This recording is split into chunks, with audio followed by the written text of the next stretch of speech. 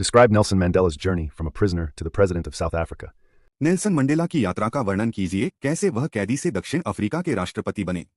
Nelson Mandela spent 30 years in prison for fighting against apartheid. Despite harsh treatment, he never gave up his struggle. Finally, apartheid ended and South Africa became a democratic nation.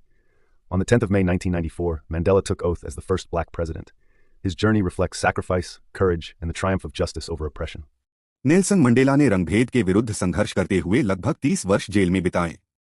कठोर परिस्थितियों के बावजूद उन्होंने हार नहीं मानी।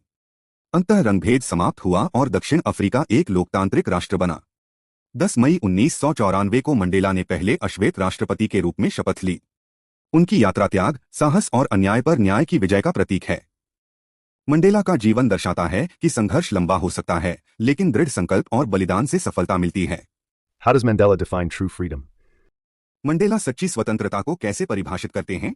Mandela believed true freedom is not merely the absence of chains, but the ability to live with dignity, equality, and respect. Freedom means the right to live without fear, discrimination, or prejudice. He emphasized that freedom must come with responsibility and mutual respect. Mandela का मानना था कि सच्ची स्वतंत्रता केवल जंजीरों से मुक्ति नहीं है, बल्कि सम्मान, समानता और गरिमा के साथ जीने का अधिकार है। स्वतंत्रता का अर्थ है बिना भय, भेदभाव और पूर्वाग्रह के जीवन जीना। उन्होंने जोर दिया कि स्वतंत्रता जिम्मेदारी और आपसी सम्मान के साथ आनी चाहिए। यह विचार दिखाता है कि स्वतंत्रता केवल शारीरिक नहीं बल्कि मानसिक, सामाजिक और नैतिक स्तर पर भी होनी चाहिए। What message does the chapter Long Walk to Freedom convey to students? Long walk to freedom अध्याय विद्यार्थियों को क्या संदेश देता है? The chapter teaches values of perseverance, courage, equality, and forgiveness. It conveys that no struggle is too long if the cause is just. It inspires students to believe in democracy, justice, and humanity, and to fight against any form of discrimination. यह अध्याय धैर्य, साहस, समानता और क्षमा जैसे मूल्यों की शिक्षा देता है। यह बताता है कि यदि उद्देश्य न्यायपूर्ण है तो कोई भी संघर्ष बहुत लंबा नहीं होता।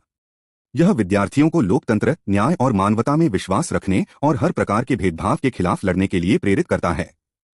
इस संदेश से विद्यार्थी सीखते हैं कि उन्हें न केवल अपने लिए बल्कि समाज और देश के लिए भी न्याय और समानता की रक्षा करनी चाहिए।